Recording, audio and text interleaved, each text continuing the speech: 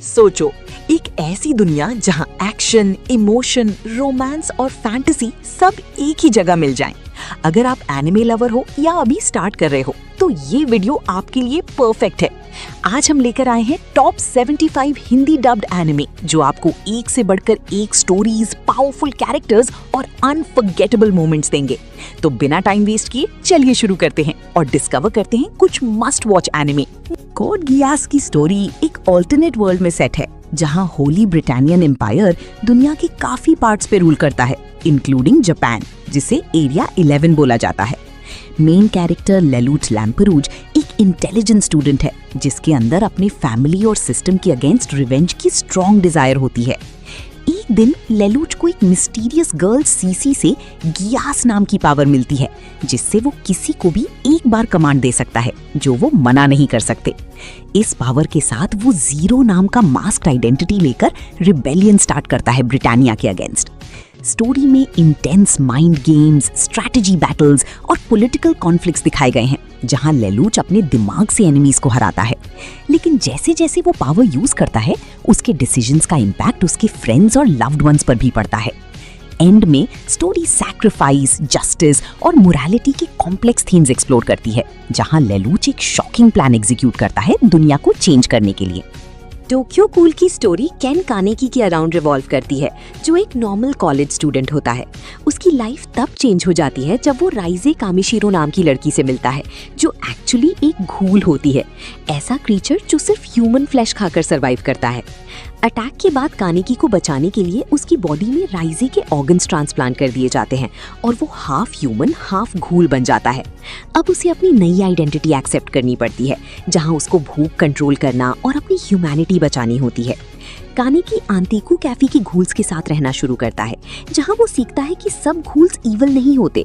Meanwhile humans की तरफ से सीसीजी कमीशन ऑफ काउंटर घूल्स को हंट कर रही होती है। स्टोरी में इंटेंस फाइट्स, इमोशनल स्ट्रगल और आइडेंटिटी क्राइसिस दिखाया गया है जहां कानेकी अपनी जगह ढूंढने की कोशिश करता है, ना पूरा ह्यूमन ना पूरा घूल। जुजुत्सु काइसन की स्टोरी यूजी इटादोरी के अराउंड रिवॉल्व करती है जो एक काइंड हार्टेड स्टूडेंट है विद अमेजिंग फिजिकल स्ट्रेंथ। उसकी नॉर्मल लाइफ तब चेंज हो जाती है जब वो एक कर्स्ड ऑब्जेक्ट रियोमन सुकुना की फिंगर को स्वॉलो कर लेता है जिससे वो पावरफुल कर्स का वेसल बन जाता है। इस इंसिडेंट के बाद यूजी को टोक्यो जुजुत्सु हाई में एडमिट किया जाता है जहां वो जुजुत्सु सॉर्सरर्स के साथ ट्रेन करता है।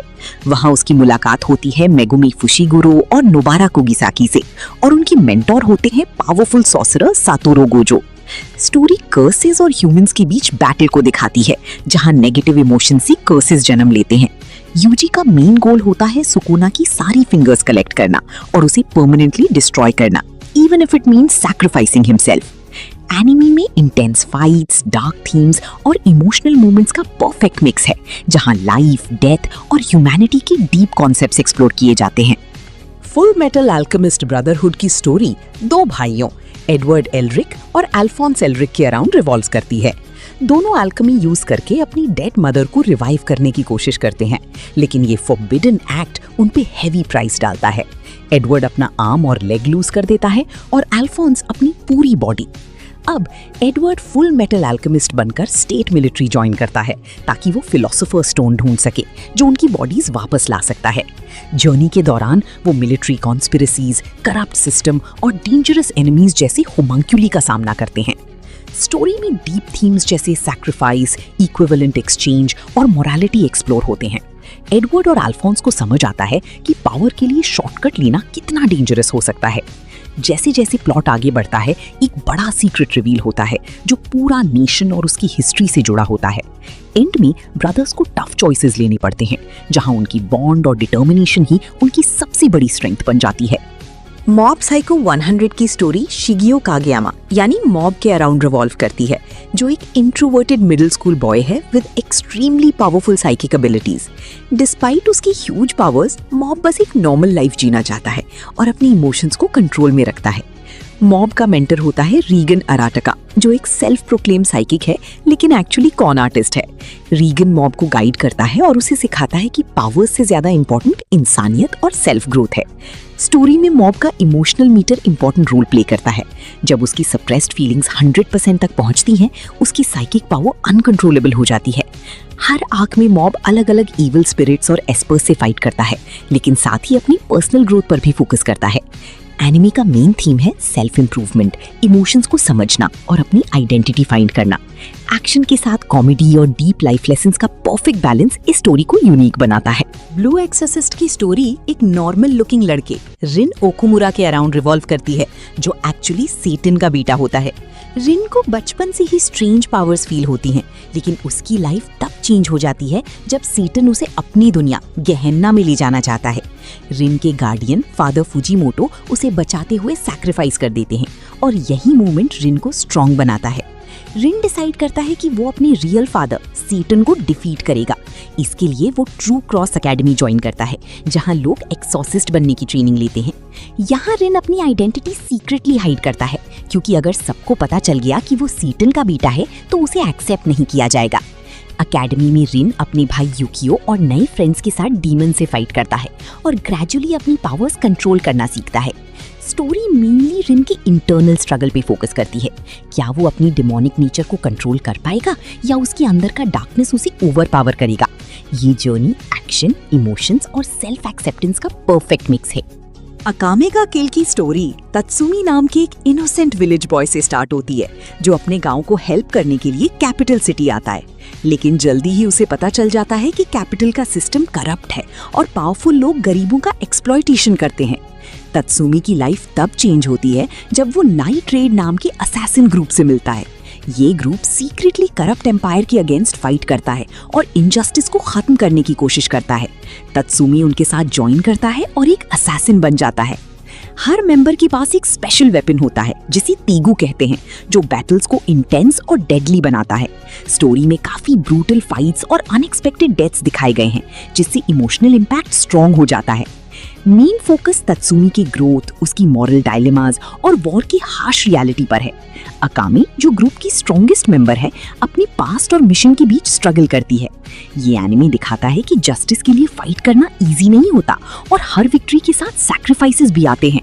द 7 डेडली सिंस की स्टोरी एक फैंटेसी वर्ल्ड ब्रिटानिया में सेट है, जहां एक लेजेंडरी ग्रुप 7 डेडली सिंस को किंगडम के खिलाफ बिट्रेयल के लिए ब्लेम किया गया था और उन्हें एग्जाइल कर दिया गया।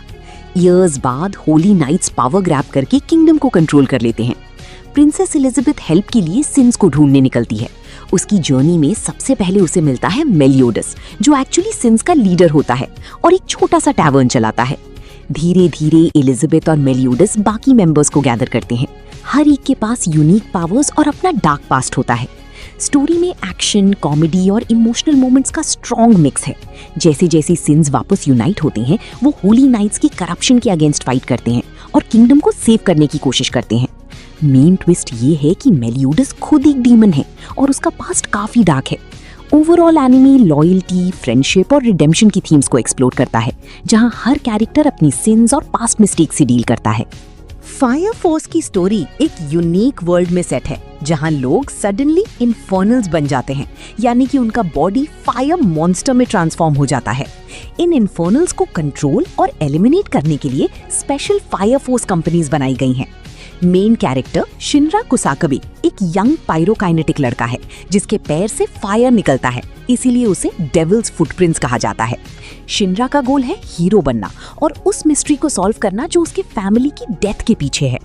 वो कंपनी 8 ज्वाइन करता है, जो दूसरी फायर फोर्स यूनिट्स के हिडन सीक्रेट्स और करप्शन को इन्वेस्टिगेट करती है।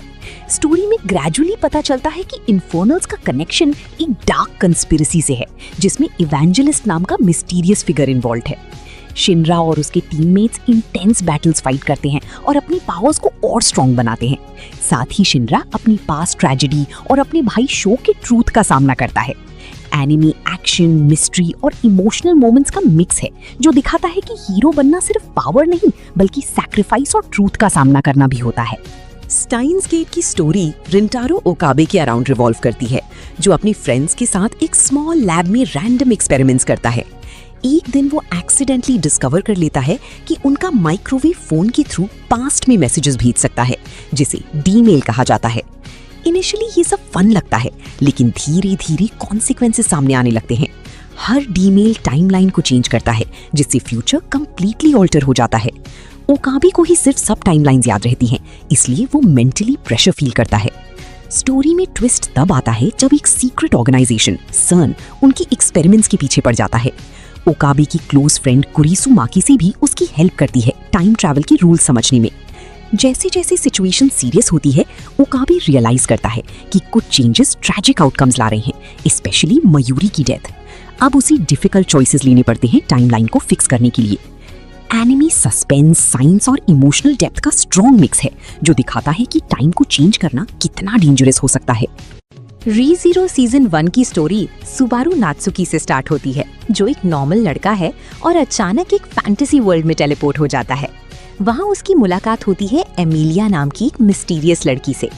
सुबारू उसकी हेल्प करने का डिसीजन लेता है, लेकिन जल्दी ही उसे पता चलता है कि उसके पास एक स्ट्रेंज पावर है, रिटर्न बाय डेथ। मतलब जब भी वो मर जाता है, टाइम रिवाइंड हो जाता है एक फिक्स्ड पॉइंट पर। शुरू में सुबारू इस पावर को समझ नहीं पाता और बार बार पेनफुल डेथ्स फेस करता है। हर लूप में वो सिचुएशंस को बेटर करने की कोशिश करता है, जैसे एमिलिया को बचाना और अपने फ्रेंड्स को प्रोटेक्ट करना। धीरे धीरे वो रेम, राम और रोजवाल जैसे कैरेक्टर्स से मिलता है और पॉलिटिकल कॉन्फ्लिक्ट्स और विच कल्ट जैसी डेंजरस एनिमीज का सामना करता है।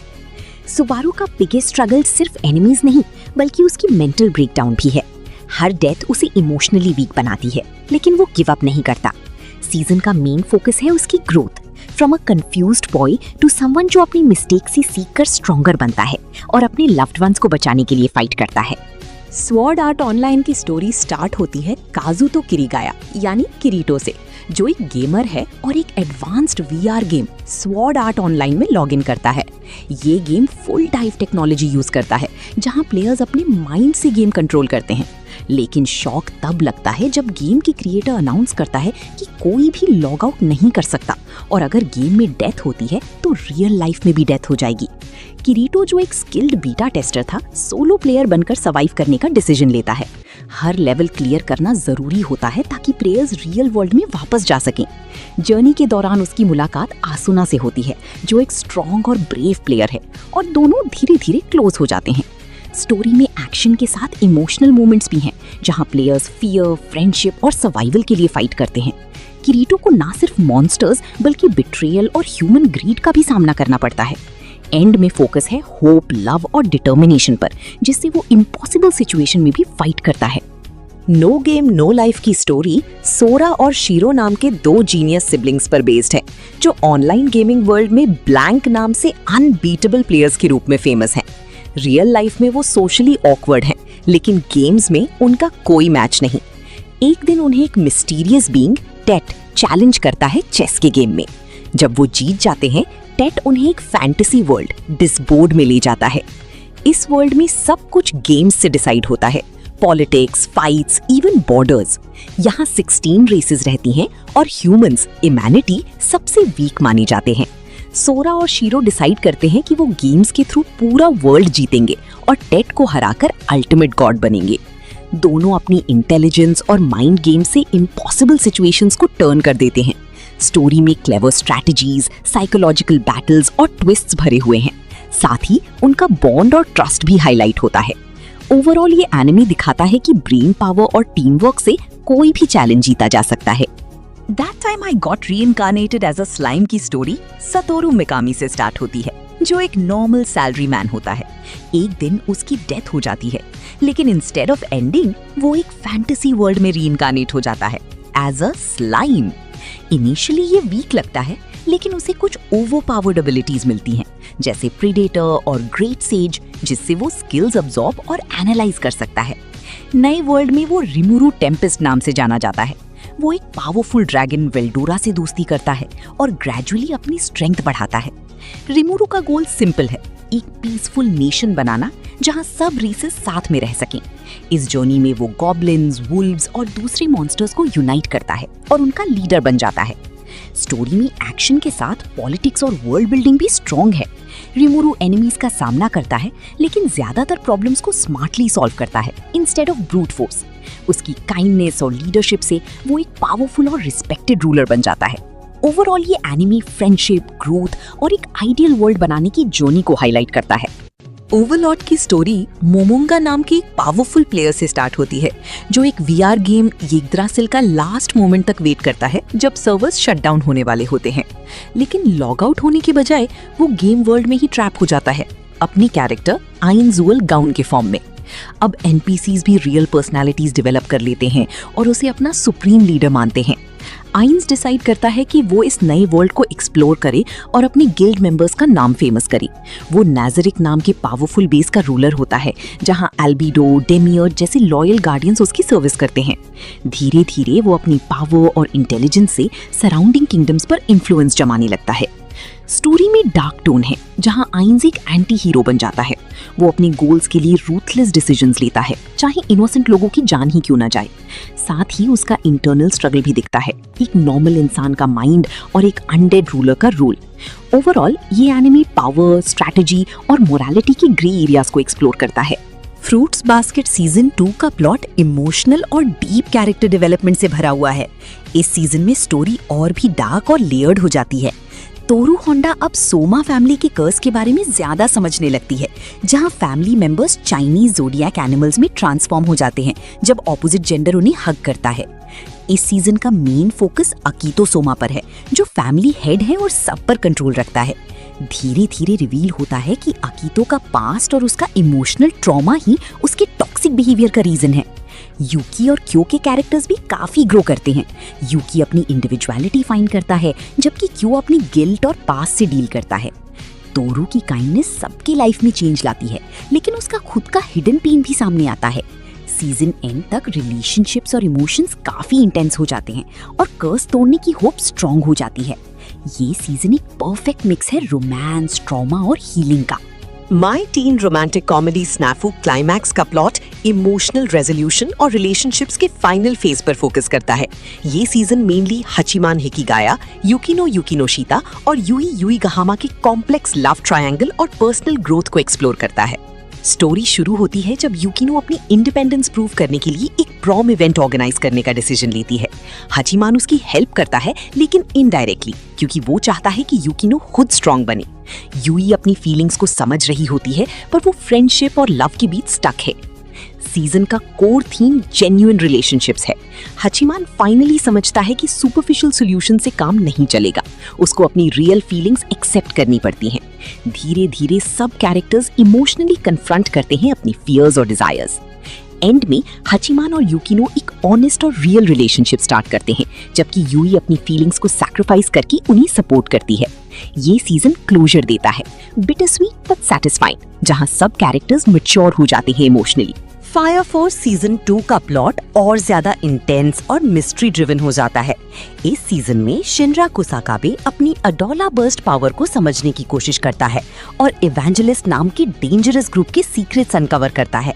कंपनी 8 अब एक्टिवली इवेंजलिस्ट और व्हाइट क्लैड ऑर्गेनाइजेशन के अगेंस्ट फाइट करती है, जो दुनिया को ग्रेट कैटेक्लिज्म से डिस्ट्रॉय करना चाहते हैं। शिनरा का छोटा भाई शो कुसाकाबे भी इस ग्रुप का पार्ट है और दोनों भाइयों के बीच इमोशनल कॉन्फ्लिक्ट हाईलाइट होता है। सीजन में अडोला लिंक और पैरेलल डिमेंशन के कॉन्सेप्ट्स इंट्रोड्यूस होते हैं, जिससे पता चलता है कि इन्फर्नलाइजेशन का रियल सोर्स क्या है। कैप्टन बेनीमारू शिनमॉन और दूसरे कैरेक्टर्स भी अपनी पावर और बैक स्टोरी के थ्रू शाइन करते हैं। शिनरा ग्रेजुअली हीरो बनने के अपने गोल के करीब आता है, लेकिन उसे समझ आता है कि दुनिया को बचाना इतना सिंपल नहीं है। सीजन एंड तक स्टेक्स हाई हो जाते हैं और अपकमिंग वॉर का स्ट्रॉन्ग सेटअप मिलता है, फुल ऑफ एक्शन, इमोशन और suspense. BNA brand new animal का प्लॉट एक यूनिक वर्ल्ड में सेट है, जहां ह्यूमंस और beastmen, half human half animal beings के बीच कॉन्फ्लिक्ट होता है। स्टोरी फॉलो करती है मिचिरू कागेमोरी को, जो सडनली एक तानुकी बीस्टमैन बन जाती है, बिना समझे कि ये कैसे हुआ। अपनी न्यू आइडेंटिटी को समझने के लिए वो एनिमा सिटी जाती है, जो बीस्टमैन के लिए एक सेफ हेवन है। वहां उसकी मुलाकात होती है शिरो ओगामी से, जो एक पावरफुल वुल्फ बीस्टमैन है और ह्यूमंस पर ट्रस्ट नहीं करता। शिरो मिचिरू की हेल्प करता है उसकी ट्रांसफॉर्मेशन की मिस्ट्री को सॉल्व करने में। धीरे धीरे रिवील होता है कि मिचिरू का चेंज एक एक्सपेरिमेंट का रिजल्ट है और कुछ ऑर्गेनाइजेशंस बीस्टमैन को कंट्रोल या डिस्ट्रॉय करना चाहते हैं। स्टोरी में डिस्क्रिमिनेशन, आइडेंटिटी क्राइसिस और कोएग्जिस्टेंस जैसे थीम्स एक्सप्लोर होते हैं। एंड में मिचिरू अपनी पावर्स एक्सेप्ट करती है और ट्रूथ एक्सपोज करने में हेल्प करती है, जबकि शिरो अपने पास्ट से कन्फ्रंट करता है। ये एनिमे एक्शन, इमोशंस और सोशल मैसेज का स्ट्रॉन्ग मिक्स है। The misfit of demon king academy का प्लॉट एक ओवरपावर्ड डीमन किंग की स्टोरी है जो 2000 साल बाद रीइनकार्नेट होता है। एनोस वॉल्डिगॉड, जो पहले डीमन किंग ऑफ टिरनी था, पीस के लिए अपनी लाइफ सैक्रिफाइस करता है और फ्यूचर में दोबारा जन्म लेता है। रीइनकार्नेशन के बाद वो डीमन किंग एकेडमी ज्वाइन करता है, लेकिन वहां उसे मिसफिट डिक्लेयर कर दिया जाता है क्योंकि उसका पावर सिस्टम और हिस्ट्री रिकॉर्ड्स मैच नहीं करते। सोसाइटी में उसकी असली आइडेंटिटी को डिस्टॉर्ट कर दिया गया होता है और फेक डीमन किंग का कॉन्सेप्ट बना दिया गया है। एनोस इजीली सबको ओवरपावर करता है, चाहे वो स्टूडेंट्स हो या पावरफुल टीचर्स, और अपनी रियल आइडेंटिटी प्रूव करने की कोशिश करता है। उसकी लॉयल फ्रेंड्स मीशा और साशा के साथ उसका बॉन्ड भी स्टोरी का इमोशनल पार्ट है। सीजन में ग्रेजुअली रिवील होता है कि किसी ने पास्ट हिस्ट्री को मैनिपुलेट किया है। एंड तक एनोस ट्रूथ एक्सपोज करता है और अपनी राइटफुल प्लेस रिक्लेम करता है। ये एनिमे एक्शन, कॉमेडी और ओपी प्रोटैगनिस्ट वाइब्स का परफेक्ट कॉम्बो है। The God of High School का प्लॉट एक high energy martial arts tournament के अराउंड रिवॉल्व करता है, जहां कोरिया के टॉप फाइटर्स compete करते हैं। स्टोरी का मेन कैरेक्टर जिन मोरी है, जो एक केयरफ्री और इंसेनली स्ट्रॉन्ग फाइटर है जिसका ड्रीम है सबसे पावरफुल बनना। टूर्नामेंट का नाम गॉड ऑफ हाई स्कूल है और विनर को मिलती है एक विश, मतलब जो चाहो वो मिल सकता है। मोरी अपने नए फ्रेंड्स हान डीवी और यू मीरा के साथ पार्टिसिपेट करता है। Initially fights normal martial arts जैसी लगती हैं, बट धीरे धीरे पता चलता है कि कंटेस्टेंट सुपरनैचुरल पावर्स यूज कर रहे हैं, जिसे चार्योक कहा जाता है। जैसे जैसे स्टोरी आगे बढ़ती है, टूर्नामेंट एक सिंपल कंपटीशन से एक बड़ा कंस्पिरेसी बन जाता है, जहां गॉड्स, कल्ट्स और हिडन ऑर्गेनाइजेशंस इन्वॉल्व होते हैं। मोरी की रियल आइडेंटिटी भी रिवील होती है, जो उसे एक माइथोलॉजिकल लेवल का कैरेक्टर बना देती है। ओवरऑल एनिमे एक्शन, कॉमेडी और माइथोलॉजी का परफेक्ट मिक्स है, जहां दोस्ती और पावर का इंटेंस क्लैश देखने को मिलता है। Tonikawa over the moon for you एक स्वीट और यूनिक लव स्टोरी है जो टिपिकल रोमांस एनिमे से थोड़ी अलग फील देती है। स्टोरी स्टार्ट होती है नासा युजाकी से, जो एक जीनियस स्टूडेंट है। एक रात वो एक मिस्टीरियस और ब्यूटीफुल लड़की सुकासा त्सुकुयोमी को देखता है और उसे देखते ही लव हो जाता है। एक्सीडेंट के बाद सुकासा उसकी लाइफ सेव करती है, लेकिन एक कंडीशन पर, अगर नासा उससे शादी करे। नासा बिना हेजिटेट किए हाँ बोल देता है। कुछ साल बाद सुकासा सडनली वापस आती है और दोनों ऑफिशियली मैरिड लाइफ स्टार्ट करते हैं, बिना प्रॉपर डेटिंग फेज के। स्टोरी मेनली उनकी न्यूली मैरिड लाइफ के क्यूट, फनी और हार्ट वार्मिंग मोमेंट्स को एक्सप्लोर करती है। डेली लाइफ की छोटी छोटी सीन्स जैसे शॉपिंग, कुकिंग और एक दूसरे को समझना इस एनिमे का कोर है। धीरे धीरे हिंट्स मिलते हैं कि सुकासा का पास्ट नॉर्मल नहीं है, जिससे मिस्ट्री भी ऐड होती है। ओवरऑल ये एनिमे प्योर होलसम वाइब्स देता है, जहां लव सिंपल, इनोसेंट और डीपली इमोशनल वे में दिखाया गया है। रेंट अ गर्लफ्रेंड का प्लॉट एक कॉलेज बॉय काजुया किनोशिता के अराउंड घूमता है, जो अपनी गर्लफ्रेंड के ब्रेकअप के बाद काफी लोनली फील करता है। अपनी सैडनेस को डील करने के लिए वो एक रेंटल गर्लफ्रेंड ऐप यूज करता है और वहां से मिलती है चिजुरू मिजुहारा, जो एक परफेक्ट, स्वीट और केयरिंग गर्लफ्रेंड का रोल प्ले करती है। इनिशियली ये सिर्फ एक पेड रिलेशनशिप होता है, लेकिन सिचुएशन तब कॉम्प्लिकेटेड हो जाती है जब दोनों अपनी फैमिलीज और फ्रेंड्स के सामने फेक कपल बनकर एक्ट करते हैं। काजुया की दादी को लगता है कि चिजुरू उसकी रियल गर्लफ्रेंड है और इसीलिए वो इस झूठ को कंटिन्यू करता है। स्टोरी में और भी गर्ल्स इंट्रोड्यूस होती हैं, जैसे मामी नानामी, जो काजुया की एक्स है, और रूका साराशिना, जो उसके साथ रियल रिलेशनशिप चाहती है। हर कैरेक्टर अपनी फीलिंग्स और इंटेंशंस के साथ स्टोरी को मेसी और इमोशनल बनाता है। Overall anime love, confusion, jealousy और पर्सनल ग्रोथ का मिक्स है, जहां fake relationship slowly real emotions में चेंज होने लगता है। आईडी इन्वेडेड एक साईफाई साइकोलॉजिकल थ्रिलर है जो क्राइम सॉल्विंग को एक यूनिक कॉन्सेप्ट के थ्रू दिखाता है। स्टोरी रिवॉल्व करती है एक स्पेशल सिस्टम मिजुहानोमे के अराउंड, जो किलर्स के सबकॉन्शियस माइंड को इडवेल्स के फॉर्म में एंटर करने देता है।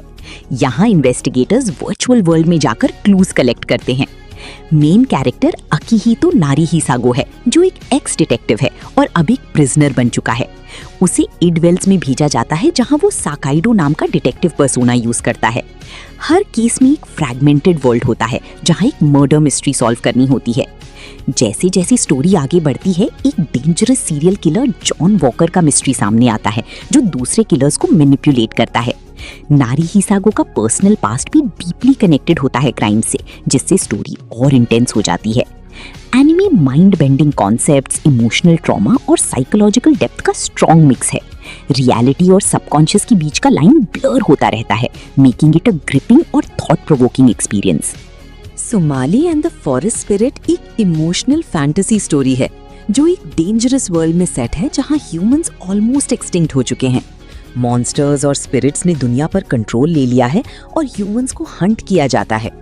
स्टोरी का फोकस है एक छोटी लड़की सोमाली और एक एंशिएंट गोलम के बीच के बॉन्ड पर।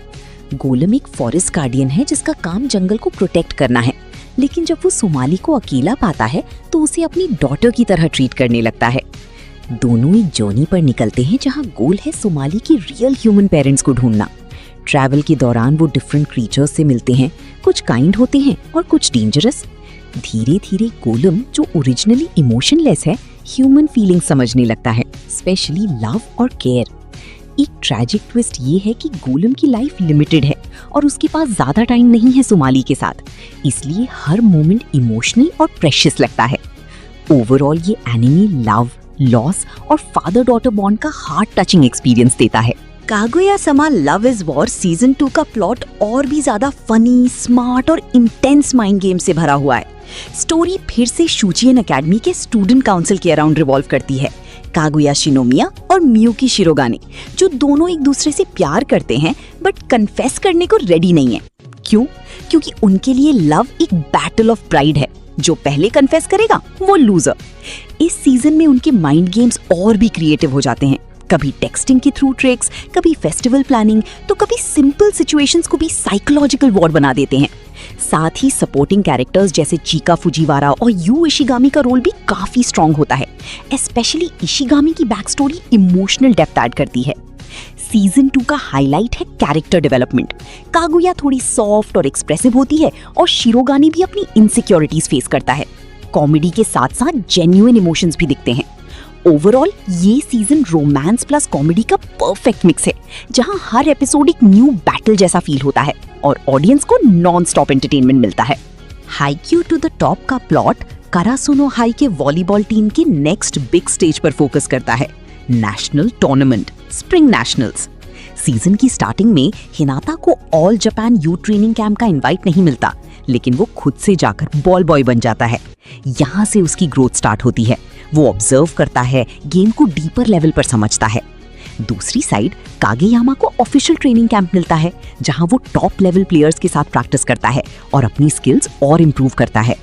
करासुनो टीम भी इंटेंस प्रैक्टिस करती है ताकि नेशनल्स के लिए रेडी हो सके। नेशनल स्टार्ट होते ही मैचेस का प्रेशर और एक्साइटमेंट दोनों बढ़ जाता है। करासुनो का पहला बड़ा मैच इनारिजाकी हाई के अगेंस्ट होता है, जो एक पावरफुल टीम है लेड बाय मिया ट्विंस। ये match full of strategy, team work और इंसेन रैली से भरा होता है।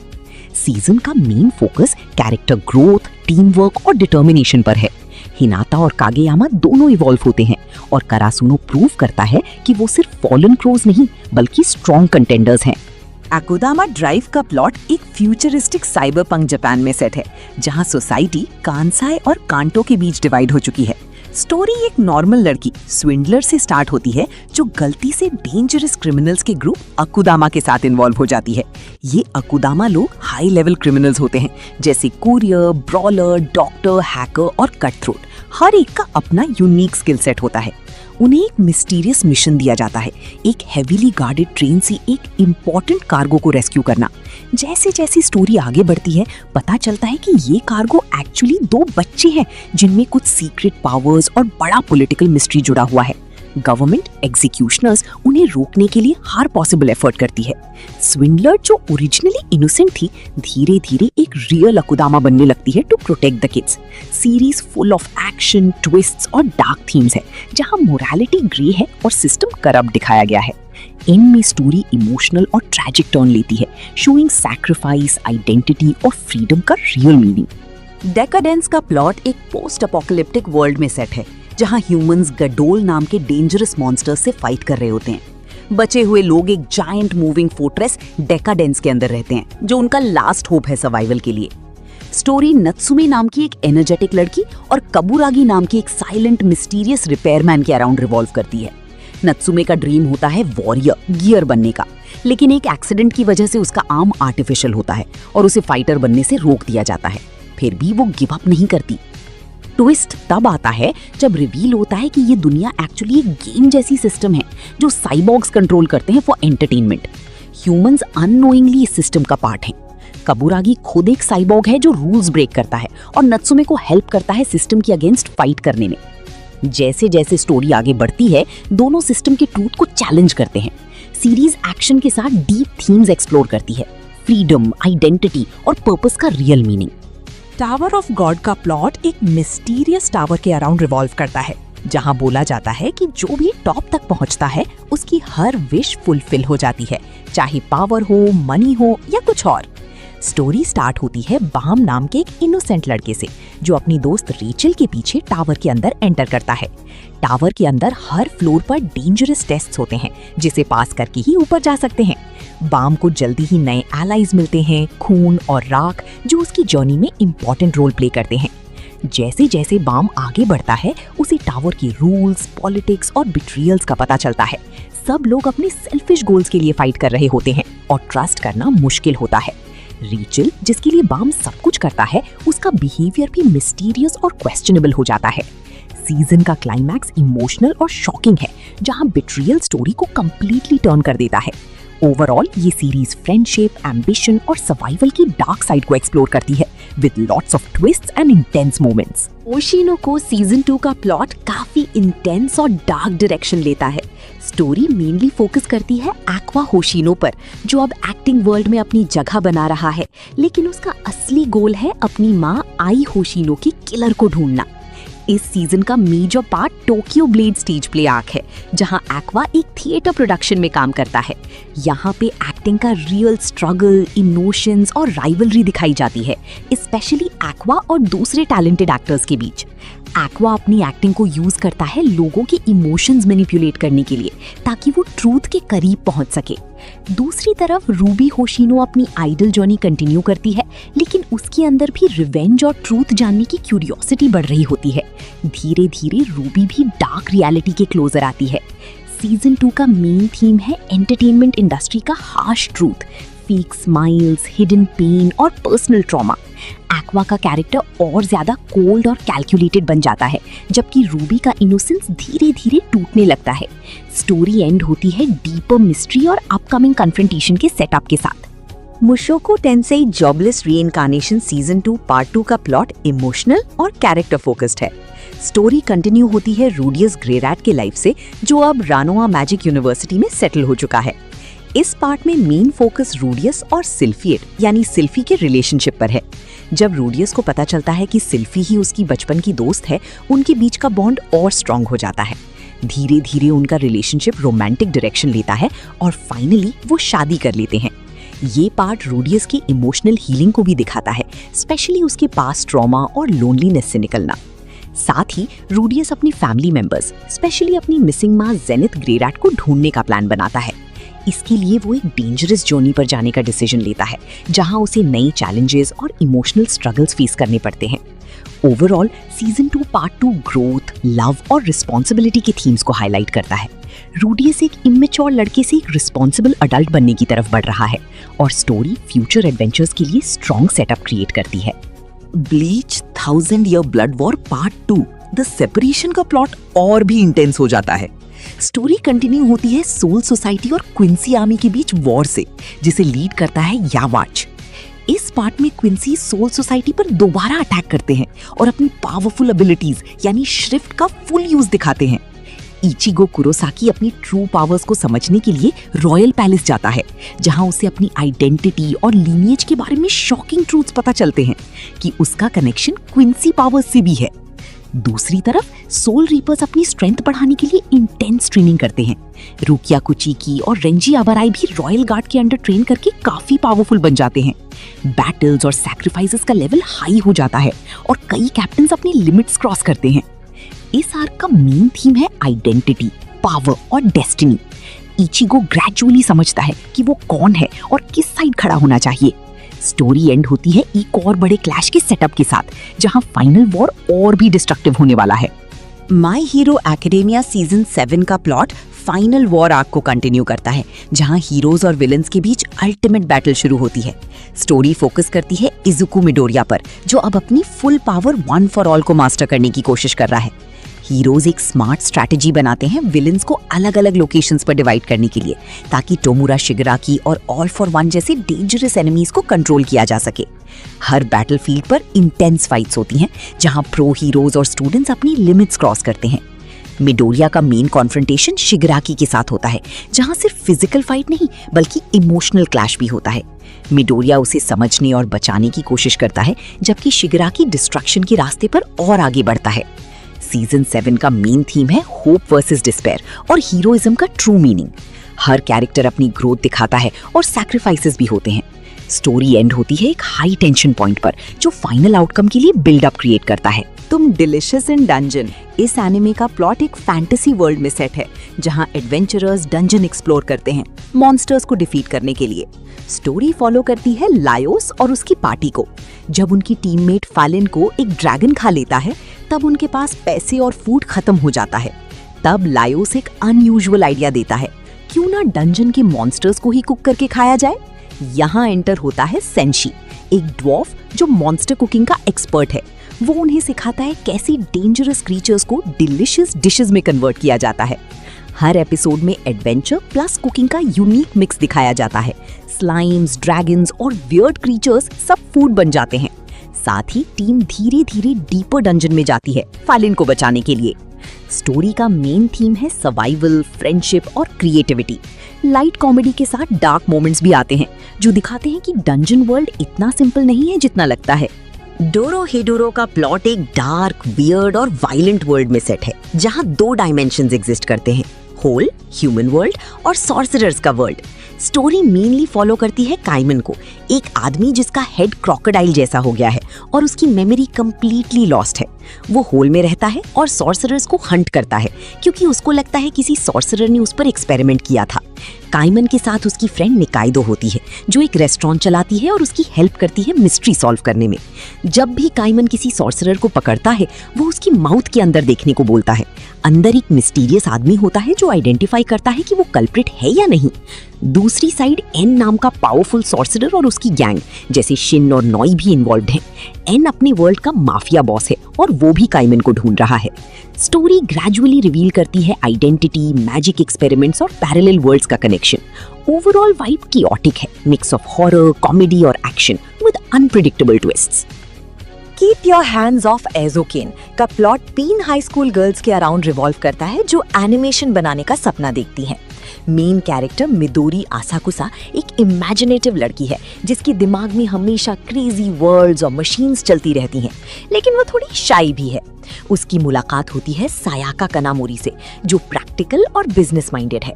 वो प्रोजेक्ट को मैनेज करती है। फिर एंट्री होती है त्सुबामे मिजुसाकी की, जो एक रिच फैमिली से है और सीक्रेटली एनिमेटर बनना चाहती है। तीनों मिलके स्कूल में एज़ोकेन यानी एनिमेशन क्लब स्टार्ट करती हैं, लेकिन उनका मेन फोकस होता है रियलिस्टिक और क्रिएटिव एनिमेशन बनाना। स्टोरी का बेस्ट पार्ट है जब वो अपनी इमेजिनेशन को विजुअली एक्सप्लोर करती हैं, जैसे वो अपने बनाए हुए वर्ल्ड्स में लिटरली घुस जाती हैं। एनिमे सिर्फ फन नहीं बल्कि एनिमेशन प्रोसेस भी दिखाता है, बैकग्राउंड डिजाइन, मूवमेंट, बजटिंग, सब कुछ। कनामोरी इंश्योर करती है कि उनका काम प्रॉफिटेबल हो, जबकि आसाकुसा और मिजुसाकी क्रिएटिविटी पुश करती हैं। ओवरऑल ये स्टोरी पैशन, टीम वर्क और क्रिएटिविटी का सेलिब्रेशन है, जहां ड्रीम्स को रियलिटी में कन्वर्ट करने का स्ट्रगल ब्यूटीफुली दिखाया गया है। Re Zero starting life in another world season 2 का प्लॉट और भी डार्क और इमोशनल हो जाता है। स्टोरी कंटिन्यू होती है सुबारू नात्सुकी के साथ, जो return bye death power use करके अपने फ्रेंड्स को बचाने की कोशिश करता है। इस सीजन का मेन फोकस सैंक्चुरी नाम की मिस्टीरियस जगह पर है, जहां एमिलिया और विलेजर्स फंस जाते हैं। सुबारू को मल्टीपल ट्रायल्स फेस करने पड़ते हैं, स्पेशली एमिलिया को सपोर्ट करने के लिए, क्योंकि वो अपने पास्ट का सामना कर रही होती है। इस प्रोसेस में सुबारू भी अपने ट्रॉमा और फेलियर्स को कन्फ्रंट करता है। एक मेजर रिवील होता है इकीडना के थ्रू, जो विच ऑफ ग्रीड है। वो सुबारू को नॉलेज और गाइडेंस देती है, लेकिन उसकी इंटेंशंस थोड़ी सस्पिशियस होते हैं। साथ ही गारफील और रॉजवेल जैसे कैरेक्टर्स का भी डीपर साइड दिखाया जाता है। रॉजवेल का हिडन एजेंडा और सुबारू के साथ उसका कॉन्फ्लिक्ट स्टोरी को इंटेंस बनाता है। Season 2 mainly emotional growth, self acceptance और ट्रस्ट पर फोकस करता है। एक्शन के साथ साइकोलॉजिकल डेप्थ भी काफी स्ट्रॉन्ग है, जहां सुबारू सीखता है कि सब कुछ अकेला हैंडल नहीं करना चाहिए। Attack on Titan final season का प्लॉट पूरा पर्सपेक्टिव शिफ्ट कर देता है। पहले जहां स्टोरी सिर्फ टाइटन से सर्वाइवल तक लिमिटेड थी, अब ये ग्लोबल कॉन्फ्लिक्ट और पॉलिटिक्स तक एक्सपैंड हो जाती है। स्टोरी मार्ले नाम के नेशन से स्टार्ट होती है, जहां हमें पता चलता है कि एल्डियंस को कैसे ऑप्रेस किया जा रहा है और टाइटन्स एक्चुअली एक वॉर वेपन है। एरन येगर अब कंप्लीटली चेंज हो चुका है। वो अपने गोल के लिए एक्सट्रीम स्टेप्स लेने को रेडी है। पैराडाइज आइलैंड और मार्ले के बीच वॉर एस्केलेट होता है और सर्वे को भी अटैक प्लान करता है। ज़ीक येगर का यूथेनेशिया प्लान और एरन का हिडन एजेंडा स्टोरी को और कॉम्प्लेक्स बना देते हैं। जैसे जैसे प्लॉट आगे बढ़ता है, एरन रंबलिंग स्टार्ट करता है। मिलियंस ऑफ कोलोसल टाइटन्स दुनिया को डिस्ट्रॉय करने निकल पड़ते हैं। उसका एम है अपने लोगों को प्रोटेक्ट करना, बट कॉस्ट बहुत ज्यादा है। फाइनल सीजन थीम्स एक्सप्लोर करता है, फ्रीडम, रिवेंज, मॉरल कॉन्फ्लिक्ट और साइकिल ऑफ हेट्रेड। एंड में कैरेक्टर्स को टफ चॉइसेस लेने पड़ते हैं, जहां राइट और रॉन्ग का डिफरेंस ब्लर हो जाता है। ग्रेट प्रिटेंडर का प्लॉट एक स्टाइलिश हाइस्ट और कॉन आर्टिस्ट स्टोरी है, जो दुनिया के अलग अलग सिटीज में सेट है। मेन कैरेक्टर मकोतो एडामुरा जापान का सेल्फ प्रोक्लेम्ड ग्रेटेस्ट स्विंडलर है, लेकिन एक्चुअली वो उतना एक्सपर्ट नहीं होता। एक दिन वो लॉरेंट थियरी नाम के मिस्टीरियस फ्रेंच कॉनमैन को स्कैम करने की कोशिश करता है, पर खुद ही उसके गैंग में फंस जाता है। लॉरेंट के साथ एडामुरा ग्लोबल लेवल के क्रिमिनल्स को टारगेट करता है, जैसे ड्रग लॉर्ड्स, करप्ट बिजनेसमैन और माफिया बॉसेस। हर आर्क एक बड़ा कॉन गेम होता है, जहां डिटेल्ड प्लानिंग, एक्टिंग और माइंड गेम्स यूज होते हैं। एडामुरा ग्रेजुअली सीखता है कैसे असली कॉन आर्टिस्ट बनना है, लेकिन अंदर से वो मॉरली कन्फ्लिक्टेड रहता है। स्टोरी का एक स्ट्रॉन्ग इमोशनल साइड भी है। कैरेक्टर्स के पास्ट, ट्रॉमा और मोटिवेशन स्लोली रिवील होते हैं, स्पेशली लॉरेंट और एडामुरा के। हर स्कैम के एंड में अनएक्सपेक्टेड ट्विस्ट्स आते हैं, जो पूरा प्लान फ्लिप कर देते हैं। Overall vibe colourful, fast paced और सिनेमैटिक है, मिक्स ऑफ कॉमेडी, ड्रामा और थ्रिलर, जहां डिसेप्शन ही सबसे बड़ा वेपन है। सोलो लेवलिंग की स्टोरी एक वीक हंटर सो जिन वू के अराउंड घूमती है, जो दुनिया की सबसे वीकेस्ट ई रैंक हंटर माना जाता है। हंटर्स वो लोग होते हैं जो पोर्टल्स यानी गेट्स के थ्रू मॉन्स्टर्स से लड़ते हैं। जिन वू अपनी माँ की ट्रीटमेंट और फैमिली को सपोर्ट करने के लिए डेंजरस डंजन्स में जाता है। एक दिन एक डबल डंजन में फंसने के बाद सब कुछ चेंज हो जाता है। वहां वो ऑलमोस्ट मर जाता है, लेकिन उसे एक मिस्टीरियस सिस्टम मिलता है जो उसे गेम लाइक एबिलिटीज देता है। अब जिनवू लेवल अप कर सकता है, क्वेस्ट कंप्लीट कर सकता है और अपनी स्ट्रेंथ को कंटिन्यूअसली बढ़ा सकता है, जो नॉर्मली किसी और हंटर के लिए पॉसिबल नहीं होता। जैसे जैसे वो पावरफुल होता है, वो शैडोज को कंट्रोल करने की एबिलिटी भी पाता है, जिससे वो अपनी आर्मी बना लेता है। स्टोरी ग्रेजुअली सिंपल सर्वाइवल से शिफ्ट होके ग्लोबल थ्रेट्स और पावरफुल एनिमीज तक पहुंचती है। एंड में जिनवू सिर्फ एक हंटर नहीं रहता, बल्कि दुनिया का सबसे पावरफुल बीइंग बन जाता है, जो ह्यूमैनिटी को प्रोटेक्ट करता है हिडन डेंजर्स से। फ्रीडम बियॉन्ड जर्नीज एंड की स्टोरी एक इमोशनल और थॉटफुल जर्नी है, जो टिपिकल फैंटेसी एंडिंग के बाद स्टार्ट होती है। स्टोरी फॉलो करती है एल्फ मेज फ्रीडन को, जो एक हीरो पार्टी का पार्ट थी। उन्होंने डीमन किंग को डिफीट करके दुनिया को सेव किया था। लेकिन ट्विस्ट ये है कि फ्रीडन एक एल्फ है, जिसका लाइफ स्पैन ह्यूमन से बहुत ज्यादा होता है। जब उसके ह्यूमन कंपेनियंस जैसे हिमिल धीरे धीरे एज होके मरने लगते हैं, तब फ्रीडन रियलाइज करती है कि उसने उनके साथ स्पेंड किया टाइम एक्चुअली कितना वैल्यूएबल था, पर वो उस वक्त समझ नहीं पाई। इस रिग्रेट के साथ फ्रीडन एक नई जर्नी स्टार्ट करती है टू अंडरस्टैंड ह्यूमंस, इमोशंस और रिलेशनशिप्स। वो नई कंपेनियंस बनाती है, जैसे फर्न और स्टार्क, और अपने पास्ट को रिफ्लेक्ट करती है। स्टोरी में एक्शन कम और इमोशंस, मेमोरीज और टाइम की इम्पैक्ट भी ज्यादा फोकस है। ये एनिमी दिखाता है कि लाइफ सिर्फ डेस्टिनेशन नहीं, बल्कि जर्नी और लोगों के साथ कनेक्शन ही सबसे इंपॉर्टेंट होते हैं। दान दा दान की स्टोरी एक क्रेजी मिक्स है सुपरनैचुरल हॉरर, एलियंस और कॉमेडी का। मेन कैरेक्टर्स हैं मोमो अयासे, जो घोस्ट्स और स्पिरिट्स पर बिलीव करती है, और केन ताकाकुरा, ओकारून, जो एलियंस पर स्ट्रांगली बिलीव करता है। दोनों एक दूसरे के बिलीव्स को रॉन्ग प्रूव करने के लिए चैलेंज लेते हैं। मोमो एलियंस के प्रूफ के लिए जाती है और ओकारून घोस्ट्स के। पर ट्विस्ट ये है कि दोनों ही सच निकलते हैं। मोमो को एलियंस मिलते हैं और ओकारून को इविल स्पिरिट्स। इसी एनकाउंटर के बाद ओकारून को एक कर्स्ड स्पिरिट की वजह से स्ट्रेंज पावर्स मिल जाती हैं, जबकि मोमो अपनी साइकिक एबिलिटीज अनलॉक करती है।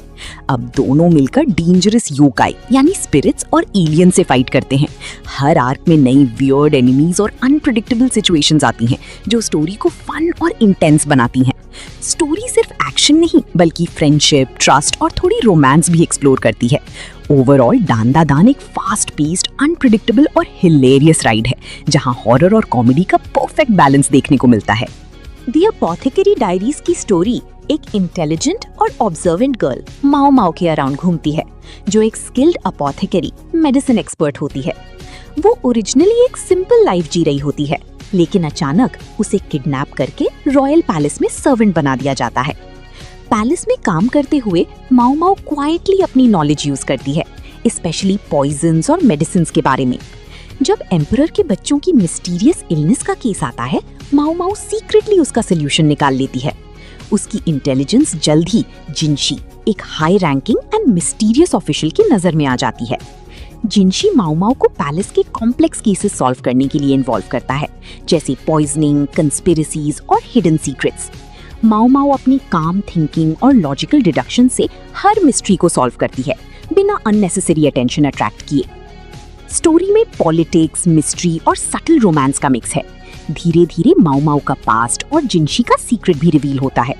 ओवरऑल ये एनिमे एक स्मार्ट, स्लो बर्न मिस्ट्री है, जो ब्रेन्स ओवर एक्शन को हाईलाइट करता है। काइजू नंबर 8 की स्टोरी एक ऐसी दुनिया में सेट है जहां जायंट मॉन्स्टर्स यानी काइजू रेगुलरली सिटीज पर अटैक करते हैं। जापान में डिफेंस फोर्स नाम की स्पेशल टीम होती है जो इन काइजू से लड़ती है। मेन कैरेक्टर काफका हिबिनो बचपन से ड्रीम देखता है कि वो डिफेंस फोर्स ज्वाइन करे, लेकिन मल्टीपल फेलियर्स के बाद वो एक क्लीन अप क्रू में काम करता है, जहां उसे काइजू के डेड बॉडीज क्लीन करने पड़ते हैं। एक दिन एक मिस्टीरियस इंसिडेंट में काफका की बॉडी में एक स्ट्रेंज काइजू एंटर कर जाता है, जिससे वो खुद एक पावरफुल काइजू में ट्रांसफॉर्म हो जाता है, जिसे लेटर काइजू नंबर 8 नाम दिया जाता है। अब काफका के पास एक डबल लाइफ होती है। एक साइड वो ह्यूमन है जो अपना ड्रीम फुलफिल करना चाहता है, और दूसरी साइड वो एक डेंजरस काइजू है जिसे डिफेंस फोर्स डिस्ट्रॉय करना चाहती है। जैसे जैसे वो अपनी पावर्स कंट्रोल करता है, वो सीक्रेटली ह्यूमंस को प्रोटेक्ट करता है। स्टोरी में एक्शन, टेंशन और आइडेंटिटी स्ट्रगल का स्ट्रॉन्ग मिक्स है, जहां काफका को डिसाइड करना पड़ता है कि वो मॉन्स्टर है या हीरो। सैमुराई चैंपलो का स्टोरी ईडो एरा जापान में सेट है, लेकिन इसमें हिप हॉप वाइब्स का यूनिक ट्विस्ट दिया गया है। स्टोरी स्टार्ट होती है जब फू नाम की एक यंग गर्ल दो टोटली ऑपोजिट सैमुराई, मुगेन और जिन, को एक फाइट के बाद बचाती है और उन्हें अपने साथ एक मिशन पर ले जाती है। फू का गोल है सनफ्लावर सैमुराई को ढूंढना, जिसका पास्ट उससे डीपली कनेक्टेड है। मुगेन एक वाइल्ड, अनप्रिडिक्टेबल फाइटर है जिसका स्टाइल ब्रेक डांस जैसा लगता है, जबकि जिन काम, डिसिप्लिन्ड और ट्रेडिशनल सैमुराई है। दोनों का कांस्टेंट क्लैश होता है, लेकिन जर्नी के दौरान उनके बीच बॉन्ड डेवलप होता है। हर एपिसोड में अलग अलग एडवेंचर्स, फाइट्स और इमोशनल मोमेंट्स होते हैं, कभी कॉमेडी, कभी ट्रेजेडी। स्टोरी ग्रेजुअली उनके पास्ट और मोटिवेशंस को रिवील करती है। फाइनल आर्क में फू अपने पास्ट का सच जानती है और ट्रियो का जर्नी एक इमोशनल कंक्लूजन तक पहुंचता है। ये एनिमे एक्शन, म्यूजिक और डीप स्टोरी टेलिंग का परफेक्ट ब्लेंड है। गुर्रेन लागन का प्लॉट एक पोस्ट अपोकलिप्टिक वर्ल्ड में सेट है, जहां ह्यूमंस अंडरग्राउंड विलेजेस में रहने पर मजबूर हैं। स्टोरी फॉलो करती है साइमन, एक शाय और इनसिक्योर बॉय, और उसका बोल्ड, फियरलेस ब्रो कमीना को। एक दिन साइमन को एक छोटा सा ड्रिल शेप्ड की और एक मिस्टीरियस मेका मिलता है जिसे लागन कहते हैं। कमीना का ड्रीम है सरफेस वर्ल्ड देखना, और जब वो दोनों योको नाम की एक गन विल्डिंग गर्ल से मिलते हैं, तब उनकी जर्नी स्टार्ट होती है। सरफेस पर जाके उन्हें पता चलता है कि बीस्टमैन नाम के एनिमीज ह्यूमंस को कंट्रोल कर रहे हैं using giant robots called gunman. कमीना और साइमन अपना मेका गुर्रेन लागन बनाते हैं और रिबेलियन स्टार्ट करते हैं। स्टोरी ग्रेजुअली ग्रो होती है, from small fights to galaxy level battles. Simon का कैरेक्टर डेवलपमेंट सबसे पावरफुल है, जो एक वीक बॉय से यूनिवर्स सेविंग हीरो बन जाता है। एनिमे का मेन थीम है नेवर गिव अप और अपनी लिमिट्स को तोड़ना। इमोशनल मूवमेंट्स, एपिक फाइट्स और मोटिवेशनल डायलॉग्स इसे अनफॉरगेटेबल बनाते हैं। किल ला किल का प्लॉट एक over the top action world में सेट है, जहां पावर का सोर्स है special uniforms called Goku uniforms. Story follow करती है रियोको मटोई, एक रिबेलियस गर्ल जो अपने फादर के किलर को ढूंढ रही है। उसके पास एक हाफ सिजर ब्लेड होता है जो मिस्ट्री से लिंक्ड है। रियोको होन्नोजी एकेडमी आती है, जहां स्टूडेंट काउंसिल प्रेसिडेंट सात्सुकी किरियो इनरूल करती हैं और पावरफुल यूनिफॉर्म्स डिस्ट्रीब्यूट करती हैं जो सुपर ह्यूमन एबिलिटीज देती हैं। रियोको को एक लिविंग यूनिफॉर्म मिलता है, सेंकेत्सु, जो उसका ब्लड कंज्यूम करके उसे इमेंस पावर देता है।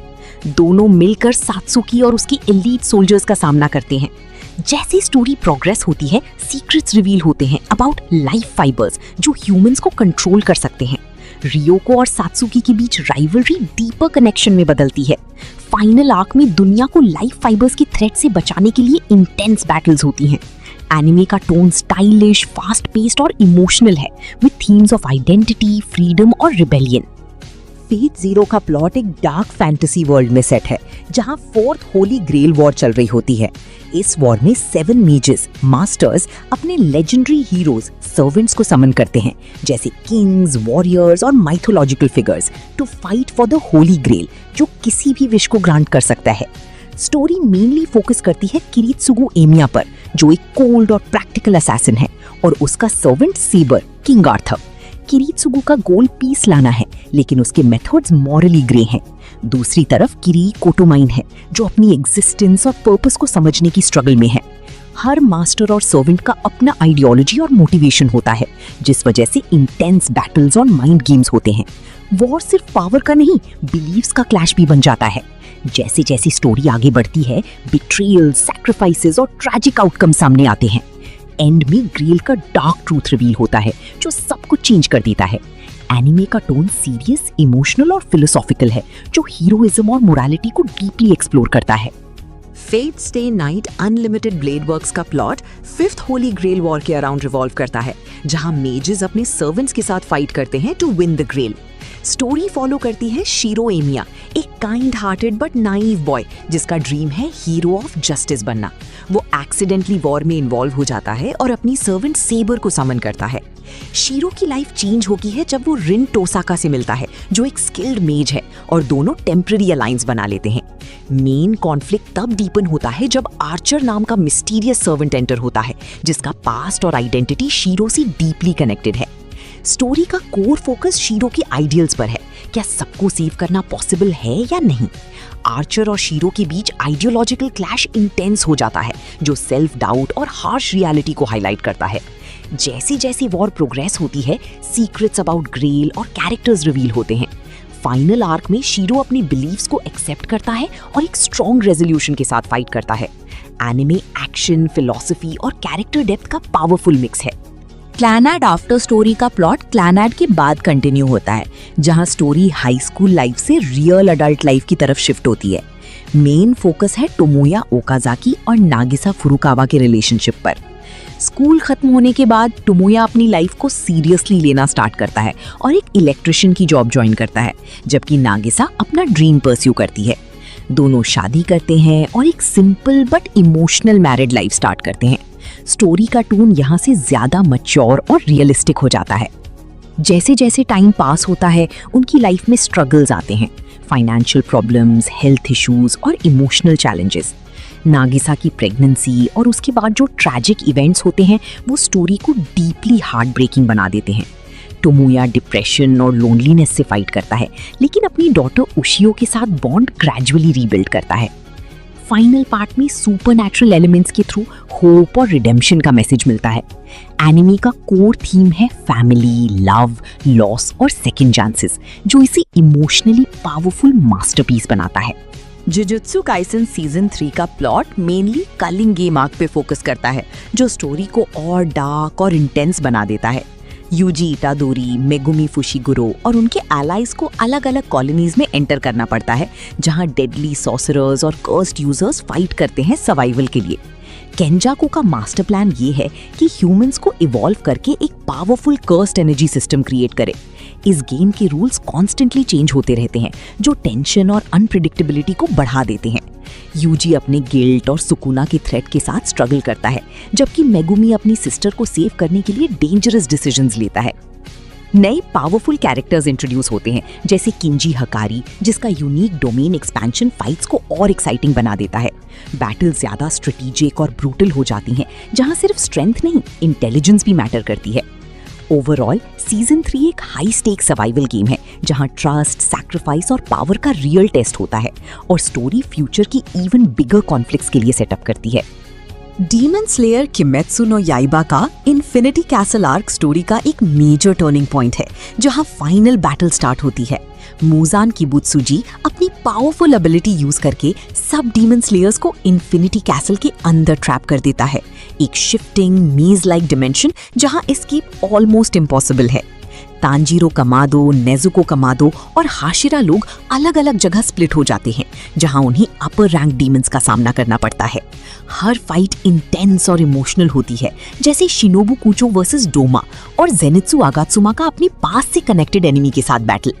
कैसल कॉन्स्टेंटली शिफ्ट होता रहता है, जिस वजह से कोऑर्डिनेशन डिफिकल्ट हो जाता है।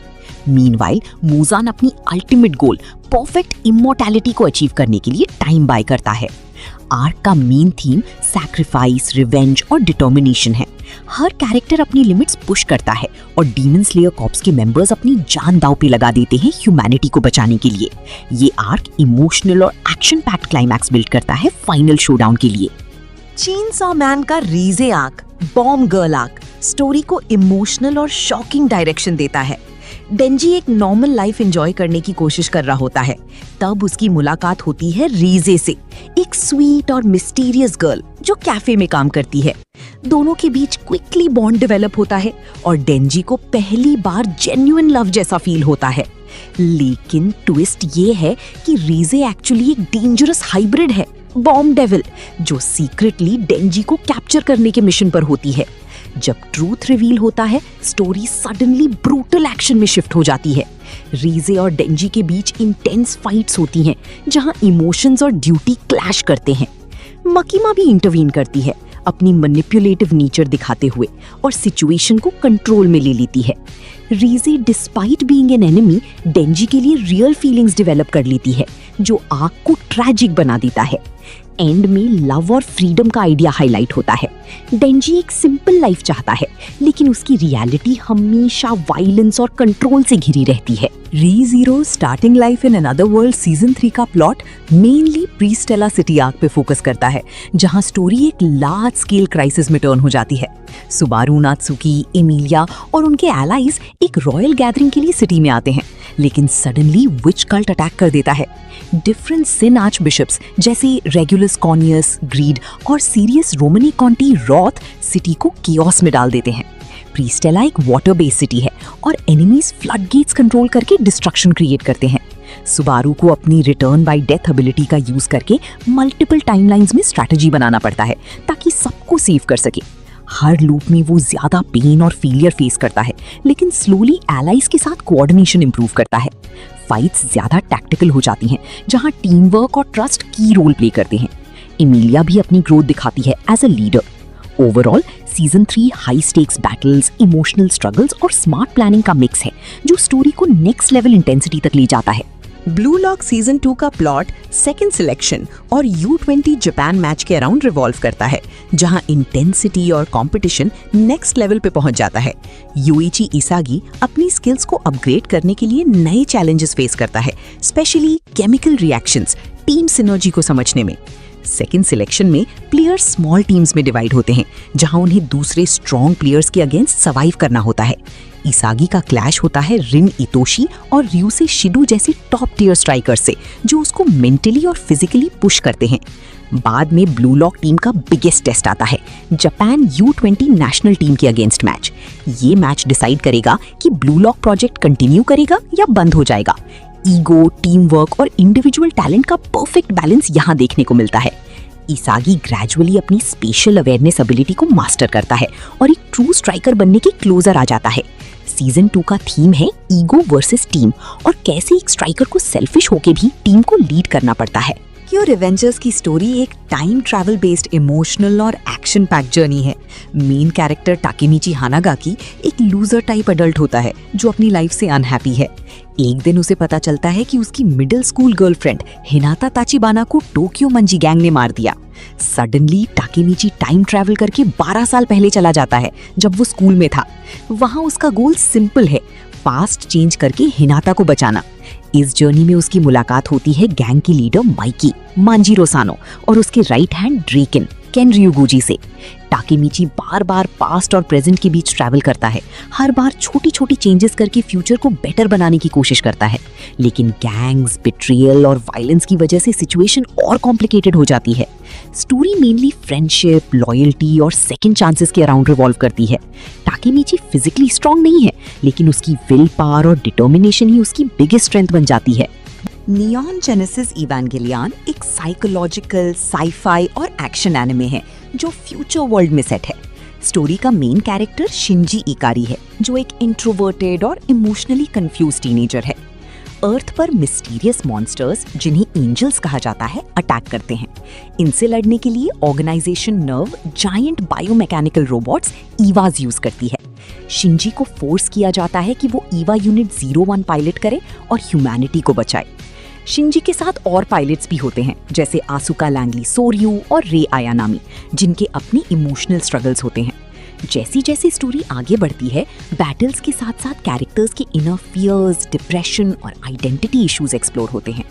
स्टोरी ग्रेजुअली डीपर हो जाती है, जहां रियलिटी, एग्जिस्टेंस और ह्यूमन माइंड के कॉम्प्लेक्स कॉन्सेप्ट्स दिखाए जाते हैं।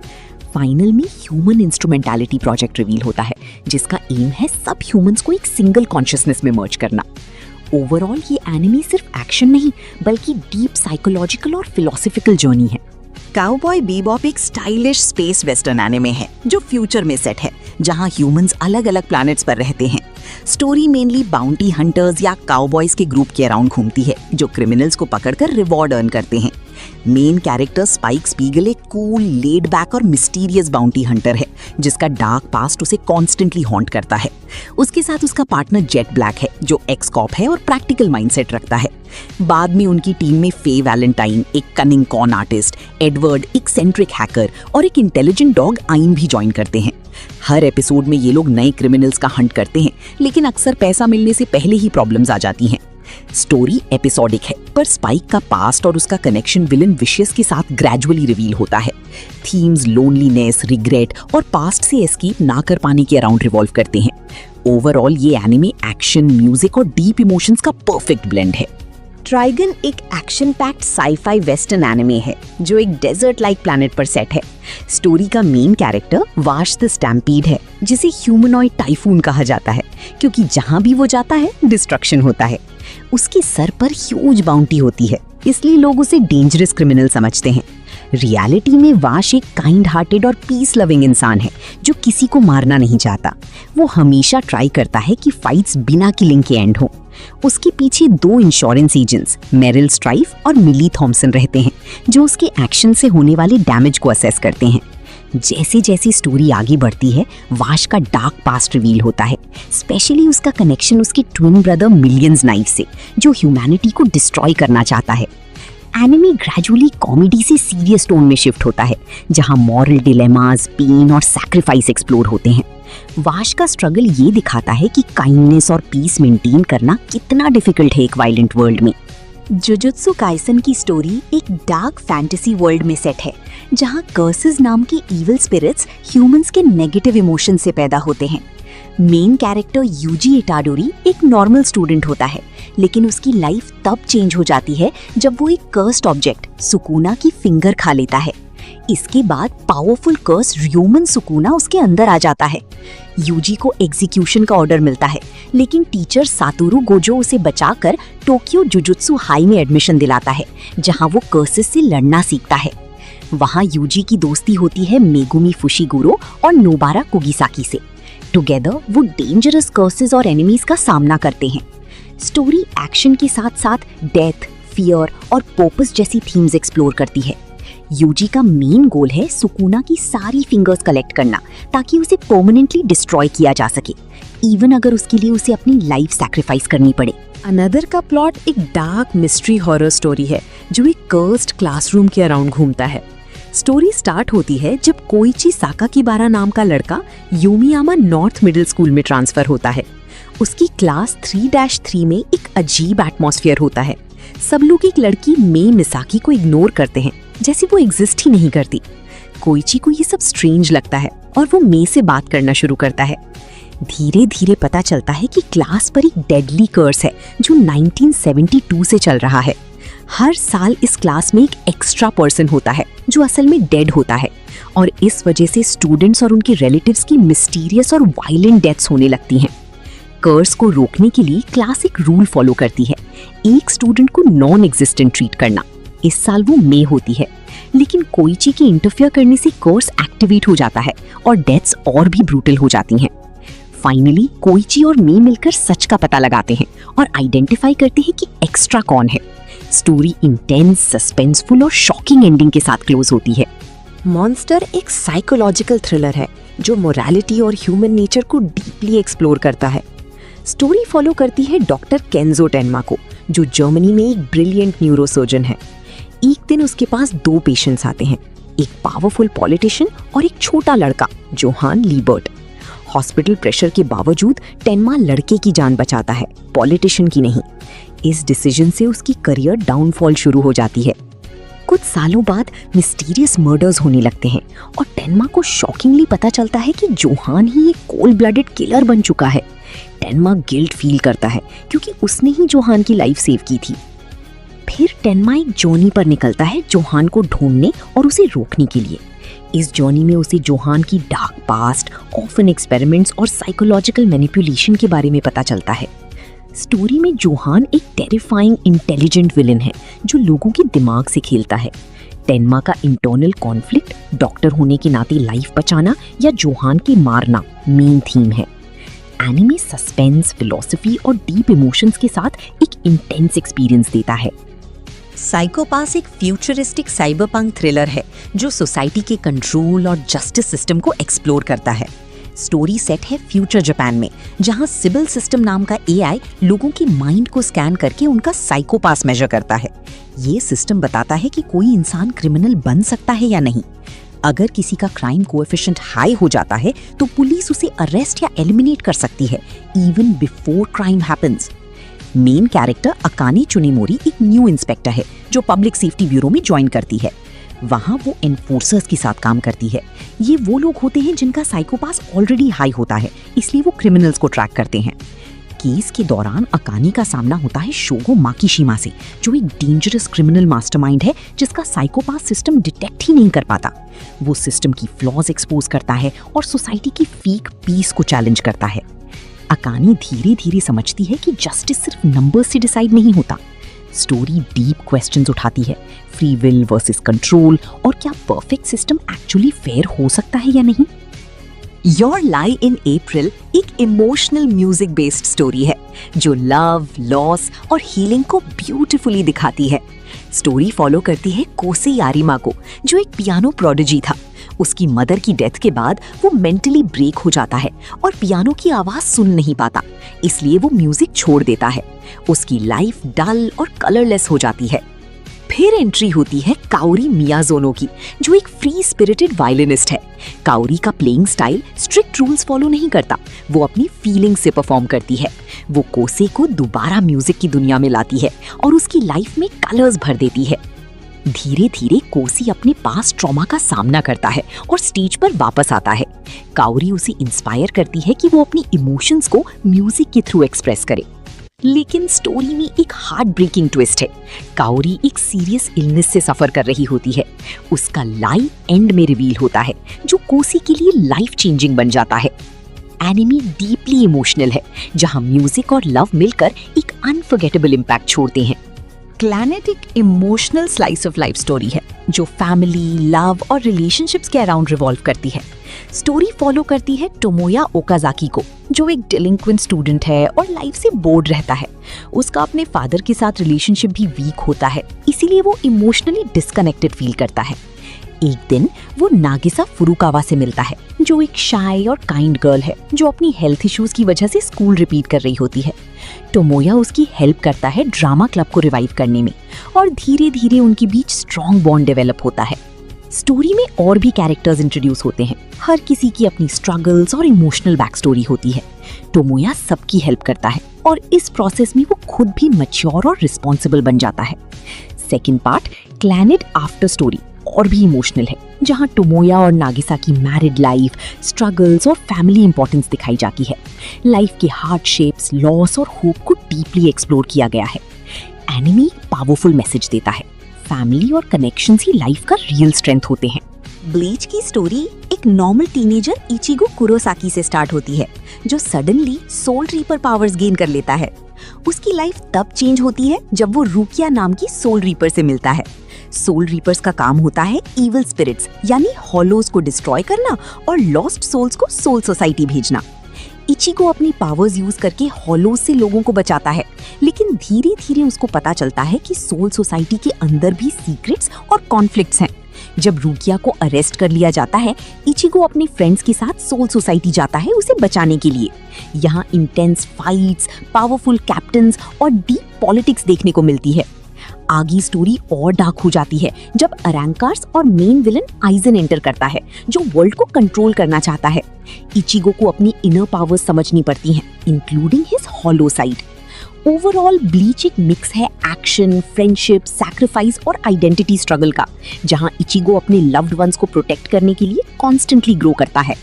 वन पंच मैन की स्टोरी एक सिंपल लुकिंग हीरो साइतमा के अराउंड रिवॉल्व करती है, जो इतना पावरफुल है कि किसी भी एनिमी को सिर्फ एक पंच से डिफीट कर देता है। पहले वो नॉर्मल आदमी था, लेकिन intense training, 100 pushups, 100 sit-ups, 100 squats daily के बाद उसने अनबिलीवेबल स्ट्रेंथ गेन कर ली। प्रॉब्लम ये है कि साइतमा के लिए फाइट्स बोरिंग हो चुकी हैं, क्योंकि कोई भी उसका मैच नहीं कर पाता। वो एक रियल चैलेंज ढूंढता रहता है जिससे उसे एक्साइटमेंट मिले। इस जर्नी में उसकी मुलाकात जेनोस से होती है, जो एक साइबॉग है और साइतमा का डिसाइपल बन जाता है। दोनों हीरो एसोसिएशन ज्वाइन करते हैं, जहां उन्हें डिफरेंट रैंक्स और मिशंस मिलते हैं। स्टोरी में मॉन्स्टर्स का अटैक, पावरफुल विलन्स और सोसाइटी का हीरो सिस्टम एक्सप्लोर होता है। साइतमा डिस्पाइट बीइंग स्ट्रॉन्गेस्ट रिकॉग्निशन के लिए स्ट्रगल करता है। ओवरऑल वन पंच मैन एक यूनिक मिक्स है एक्शन, कॉमेडी और सैटायर का, जो सुपर हीरो जॉनर को एक फ्रेश और फनी ट्विस्ट देता है। The rising of the shield hero की स्टोरी नाओफुमी इवातानी के अराउंड रिवॉल्व करती है, जो एक ऑर्डिनरी कॉलेज स्टूडेंट होता है। उसे एक मैजिकल वर्ल्ड में समन किया जाता है as one of the 4 cardinal heroes, जहां हर हीरो के पास एक लेजेंडरी वेपन होता है। नाओफुमी को शील्ड मिलता है, जो ऑफेंसिव नहीं बल्कि डिफेंसिव वेपन है। शुरू में ही उसके साथ बिट्रियल हो जाता है जब प्रिंसेस उस पर फॉल्स एक्यूजेशन लगा देती है। इसके बाद सब लोग उससे हेट करने लगते हैं और वो कंप्लीटली अलोन हो जाता है। ट्रस्ट इश्यूज के साथ नाओफुमी सर्वाइव करने के लिए स्लेव रफ्तालिया को बाय करता है, जो धीरे धीरे उसकी लॉयल कंपेनियन बन जाती है। वर्ल्ड को वेव्स ऑफ कैटास्ट्रोफी नाम के डेडली अटैक से बचाना हीरोज का मेन गोल होता है। नाओफुमी अपनी शील्ड एबिलिटीज को क्रिएटिवली यूज करके स्ट्रॉन्ग बनता है और लोगों की रिस्पेक्ट वापस अर्न करता है। स्टोरी में रिवेंज, ट्रस्ट, ग्रोथ और रिडेम्पशन का स्ट्रॉन्ग थीम है। शील्ड हीरो एक इमोशनल और एक्शन पैक जर्नी दिखाता है, जहां एक hated hero gradually true saviour बन जाता है। कुरोको की बास्केटबॉल की स्टोरी हाई स्कूल बास्केटबॉल के अराउंड रिवॉल्व करती है, जहां टेत्सुया कुरोको एक मिस्टीरियस प्लेयर है जो जेनरेशन ऑफ मिरेकल्स टीम का फॉर्मर मेंबर था। ये टीम मिडिल स्कूल में अनबीटेबल थी, लेकिन अब सब प्लेयर्स डिफरेंट स्कूल्स में स्प्लिट हो गए हैं। कुरोको सेरिन हाई स्कूल ज्वाइन करता है और वहां उसकी पार्टनरशिप होती है टाइगा कागामी के साथ, जो एक पावरफुल और टैलेंटेड प्लेयर है। कागामी स्कोरिंग और स्ट्रेंथ हैंडल करता है, जबकि कुरोको अपनी यूनिक पासिंग स्किल्स और इनविजिबिलिटी लाइक प्रेजेंस से टीम को सपोर्ट करता है। सेरिन का मेन गोल होता है जेनरेशन ऑफ मिरेकल्स के हर मेंबर को डिफीट करना और जापान का बेस्ट टीम बनना। हर मैच इंटेंस होता है, जहां अलग अलग प्लेयर्स की स्पेशल एबिलिटीज और स्ट्रैटेजीज देखने को मिलती हैं। स्टोरी टीम वर्क, ट्रस्ट और सेल्फ ग्रोथ पर फोकस करती है। कुरोको प्रूव करना चाहता है कि बास्केटबॉल सिर्फ इंडिविजुअल टैलेंट नहीं बल्कि टीम वर्क का गेम है। ओवरऑल ये एनिमे एक्शन, इमोशन और स्पोर्ट्स स्पिरिट का परफेक्ट कॉम्बो है। हाजिमे नो इप्पो की स्टोरी इप्पो माकुनोची के अराउंड रिवॉल्व करती है, जो एक शाय और बुलीड हाई स्कूल स्टूडेंट होता है। उसकी लाइफ तब चेंज होती है जब एक प्रोफेशनल बॉक्सर ममोरू ताकामुरा उसे बुलीज से बचाता है और बॉक्सिंग जिम ले जाता है। वहां इप्पो को पता चलता है कि उसकी पंचेस नेचुरली स्ट्रॉन्ग हैं और वो बॉक्सिंग ज्वाइन करने का डिसीजन लेता है। कामोगावा जिम में ट्रेनिंग करते हुए इप्पो डिसिप्लिन, हार्ड वर्क और फाइटिंग स्पिरिट डेवलप करता है। उसका ड्रीम होता है समझना कि स्ट्रॉन्ग होना एक्चुअली क्या होता है। इप्पो अपनी जर्नी में डिफरेंट ओपोनेंट्स फेस करता है, जैसे इचिरो मियाता जो उसका राइवल बन जाता है।